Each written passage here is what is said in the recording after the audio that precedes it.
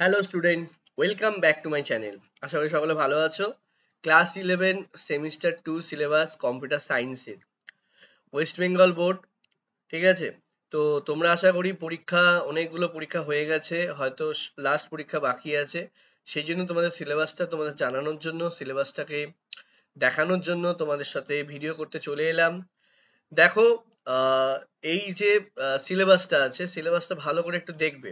কারণ হচ্ছে সিলেবাসটা বোঝার আছে, ঠিক আছে? কারণ নতুন সিলেবাস, আগে কিন্তু ক্লাস 11 বা ক্লাস 12 এর সিলেবাসটা যথেষ্ট ভালো ছিল। এবছরে যে সিলেবাসটা তৈরি করেছে, আমার যথেষ্ট মানে সন্দেহ আছে যে এই সিলেবাসটা কমপ্লিট করা আদৌ কি সম্ভব। এই অল্প সময়ের মধ্যে সিলেবাস শেষ করা একটা চ্যালেঞ্জের ব্যাপার। স্কুল তোমাদের দায়িত্ব নেয় না।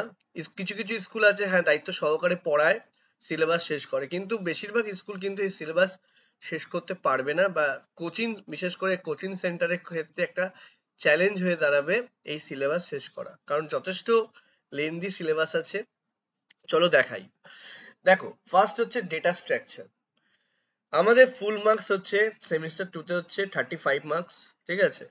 এবার এখানে ডেটা স্ট্রাকচার আছে 15 মার্কসের আছে, ঠিক আছে? 15 মার্কসের ডেটা স্ট্রাকচার আছে। তারপর নেটওয়ার্ক আছে 10 মার্কসের, কম্পিউটার নেটওয়ার্ক। অ্যান্ড লাস্ট আছে এথিক্স, আছে 10 মার্কসের।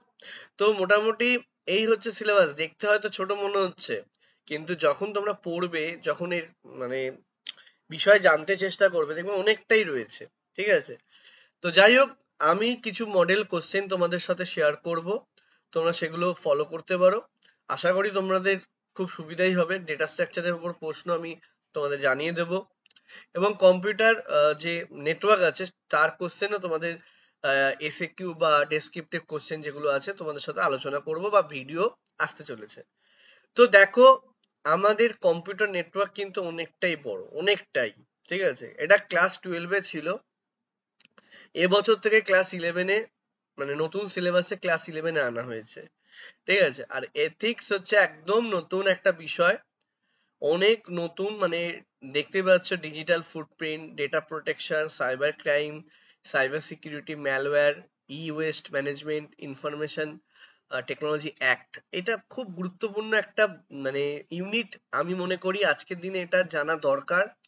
কারণ এই যে আমরা ডিজিটাল ওয়ার্ল্ডে আমরা সবাই মোটামুটি আজকের দিনে, তোমরা জানো, বেশ অনেকটাই জানো, মানে কোনটা মানে সাইবার ক্রাইম, কোনটা সাইবার সিকিউরিটি, বা কোনটা আমাদের ভাইরাস, মানে ভাইরাস গুলোকে ম্যালওয়্যার বলা হয়, বা ই ওয়েস্ট ম্যানেজমেন্ট, কোনগুলো ই ওয়েস্ট, বা এবং কিছু কিছু আইটি অ্যাক্ট আছে, সেটা আমাদের অনেকেই হয়তো জানো বা জানো না।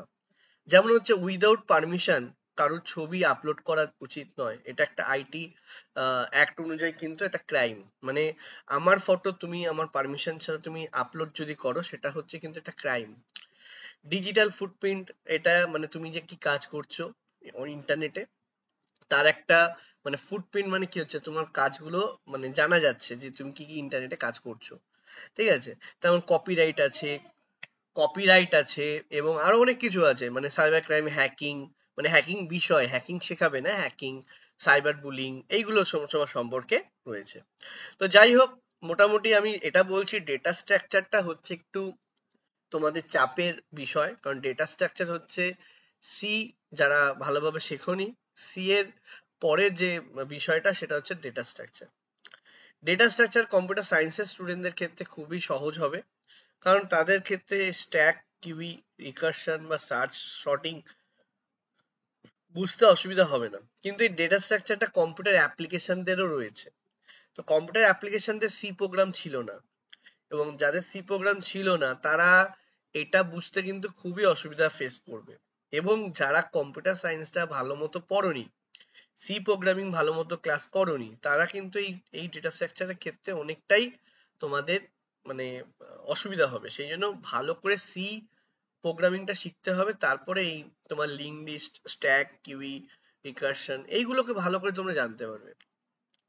তাছাড়া ভালোভাবে ক্লাসটা যদি তোমরা করতে পারো, আমি আমার ক্লাস যেগুলো করাই অফলাইন ক্লাস, তাতে যদি তোমরা মানে যারা ক্লাস করছো তারা যদি ভালোভাবে ক্লাসটা করো, তাহলে অবশ্যই তোমরা এই যে স্ট্যাক, লিঙ্ক লিস্ট, কিউই, এটা অসুবিধা হবে না। খুব সহজভাবে আমি বুঝিয়ে দেবো। ঠিক আছে। এছাড়া অনলাইন ক্লাস আমি যদি পারি নিতে আমি জানাবো, কারণ আমি অনলাইন ক্লাস এখন নেওয়া বন্ধ করে দিয়েছি।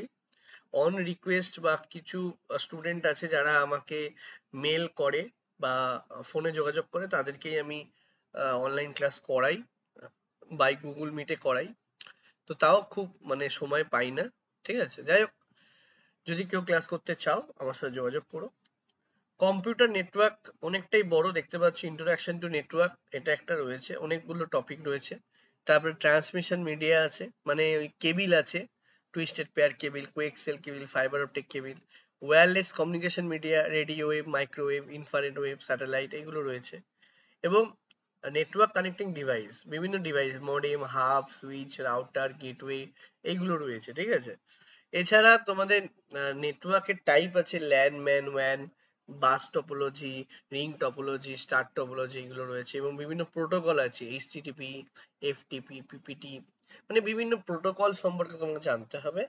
এবং কিছু মডেল আছে, রেফারেন্সিয়াল মডেল, যেগুলোর দ্বারা আমরা ইন্টারনেটে যে ডেটাগুলোকে ট্রান্সফার করি, একটা ডেটা আর একটা কম্পিউটারে যায়, সেই referential model, OSI model, TCP model, এগুলো রয়েছে।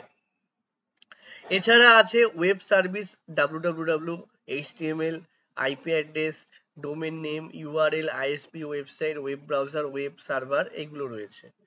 ঠিক আছে। এছাড়া তোমাদের HTML টাকে ভালো করে শিখতে হবে। HTML এর সম্পর্কে এখানে বিস্তারিত কিছু দেওয়া নেই, কিন্তু তোমাদেরকে আমি দেখাচ্ছি প্র্যাকটিক্যালে কি আছে, সেটাও তোমাদের দেখাবো। তাহলে এথিক্স হচ্ছে একটা নতুন বিষয়। এথিক্স হচ্ছে কম্পিউটারের যে আমরা ইন্টারনেটে যে কাজ করি সেই বিষয় সম্পর্কে এখানে কিন্তু বলা আছে, যে কি করা উচিত কি করা উচিত না, সেই সম্পর্কে এখানে কিন্তু এথিক্স যে বিষয়টা তার উপরে দেওয়া আছে। তো আশা করি এই বিষয়টা, এথিক্স বিষয়টা তোমাদের খুব ইন্টারেস্ট লাগবে, খুব ভালো লাগবে। আর নেটওয়ার্ক চ্যাপ্টারটাও খুব ভালো, শুধুমাত্র এই ডেটা স্ট্রাকচারটাই ইন্টারেস্টটা কম পাবে। ঠিক আছে, কিন্তু বাকি যে বিষয়টা খুব সুন্দর একটা সিলেবাস। এবার চলে আসি প্র্যাকটিক্যালের বিষয়। প্র্যাকটিক্যাল দেখো, ক্লাস 11-এ যা যা শিখেছো তার উপরেই রয়েছে। বিশেষ করে দেখতে পাচ্ছ experiment with basic Linux command. আমাদের সফটওয়্যার চ্যাপ্টারে লিনাক্স কমান্ড ছিল, সেই লিনাক্স কমান্ডের উপরেই কিন্তু এখানে 5 মার্কসের রয়েছে। ঠিক আছে। সি প্রোগ্রাম 17 মার্কস, বুঝতে পারছো? সি প্রোগ্রাম ফ্লো চার্ট করতে দেবে, মানে ফ্লো চার্ট করতে হবে, প্রোগ্রাম কোডিং করতে হবে। ঠিক আছে। এছাড়া তোমার আউটপুট আছে, আউটপুট দেখাতে পারলে 4 নাম্বার, মানে মোটামুটি ফ্লো চার্ট করতে পারলে 3 নাম্বার, প্রোগ্রাম করতে পারলে 10 নাম্বার, আউটপুট দেখাতে পারলে 4 নাম্বার। টোটাল সি প্রোগ্রামিং এর উপর এই আছে। এবার বিষয় হচ্ছে সি প্রোগ্রাম কি আছে স্যার, সেটাও দেখিয়ে দিচ্ছি, ওয়েট করো। তো এছাড়া ল্যাব বুক আছে, একটা প্র্যাকটিক্যাল খাতা করতে হয়, সেটাও আছে, সেটার উপর 3 নাম্বার। আর ভাইভা আছে, তার উপর 5 নাম্বার। টোটাল হচ্ছে এই 30 মার্কস। তার মানে বুঝতে পারছো যে তোমাদের চাপটা কোথায় আসছে। মানে থিওরিতে 35 আর প্র্যাকটিক্যাল হচ্ছে 30, মানে 65 মার্কস কিন্তু এখনো বাকি আছে। যারা ভাবছো সেমিস্টার 1 আমরা পার্ট 1 শেষ করেছি, তা না, তোমাদের কিন্তু পার্ট, মানে 3টে পার্ট আছে, semester 1, semester 2 and practical. Semester 1-এর 35 মার্কস, সেমিস্টার 2 হচ্ছে 35, আর পড়ে থাকলো 30 মার্কস হচ্ছে প্র্যাকটিক্যাল। 3টে স্টেপ পার করলে টোটাল 100 মার্কস। ঠিক আছে, আশা করি বুঝতে পেরেছো। তো এবার হচ্ছে ভালো করে প্র্যাকটিক্যালটা দেখতে হবে এবার অ্যানুয়ালে, যাতে করে তোমরা ভালো করে পারো। আর প্র্যাকটিক্যাল এক্সামটা কিন্তু অ্যানুয়াল এক্সামের পরে হয়। ঠিক আছে। এবার অনেক স্কুল যদি আগে নেয় সেটা আলাদা বিষয়, কিন্তু প্র্যাকটিক্যাল কিন্তু এক্সামটা অ্যানুয়াল এক্সামের পরেই হয়ে থাকে। ওকে। এবার তোমাদের প্রোগ্রাম গুলো দেখাই। কিছু সি প্রোগ্রামের সাজেস্টিভ কিছু প্রোগ্রাম আছে। Write a program to print sum and product of digits of an integer. Write a program to reverse a number. Write a program to compute the sum of first n term of following series. হ্যাঁ, এরকম কিছু কিছু program আছে, তোমরা ভালো করে দেখবে। যেমন প্যালিন্ড্রম নাম্বার আছে, প্যালিন্ড্রম আছে, তারপরে দেখবে অড ইভেন আছে। ঠিক আছে, এরকম কিছু কিছু প্রোগ্রাম আছে, তোমরা একটু কাইন্ডলি দেখে নেবে। এবং কিছু 9 নম্বরে দেখতে পাচ্ছ কিছু প্যাটার্ন আছে।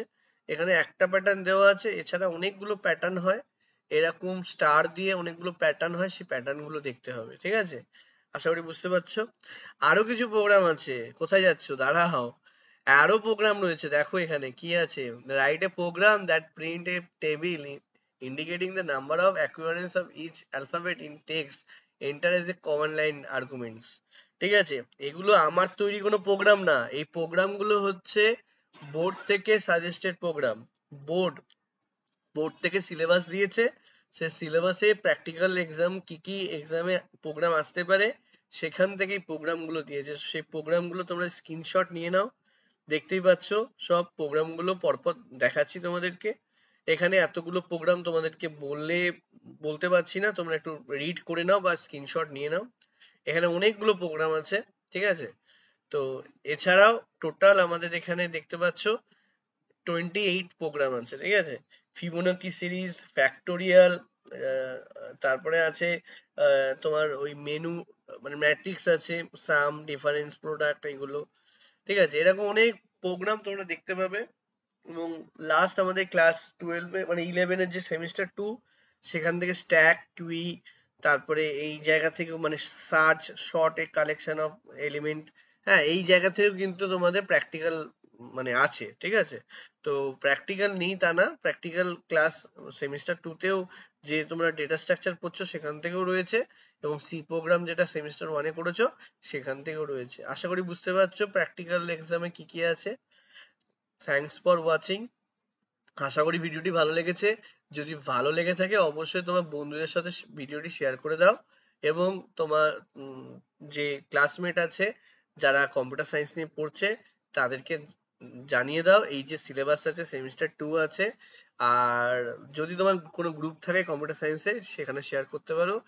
আর তোমরা যদি আমার সাথে যোগাযোগ করতে চাও, আমি আমার ইমেল অ্যাড্রেসটা আমার ডেসক্রিপশন বক্সে দেওয়া আছে, তোমরা আমাকে যোগাযোগ করতে পারো। আমি 5-6 জন হলে আমি অনলাইন ক্লাস করাই, কিন্তু একা কাউকে করাই না। একটা গ্রুপ হলে আমি অনলাইন ক্লাস করাতে পারি, ঠিক আছে। Thank you for watching.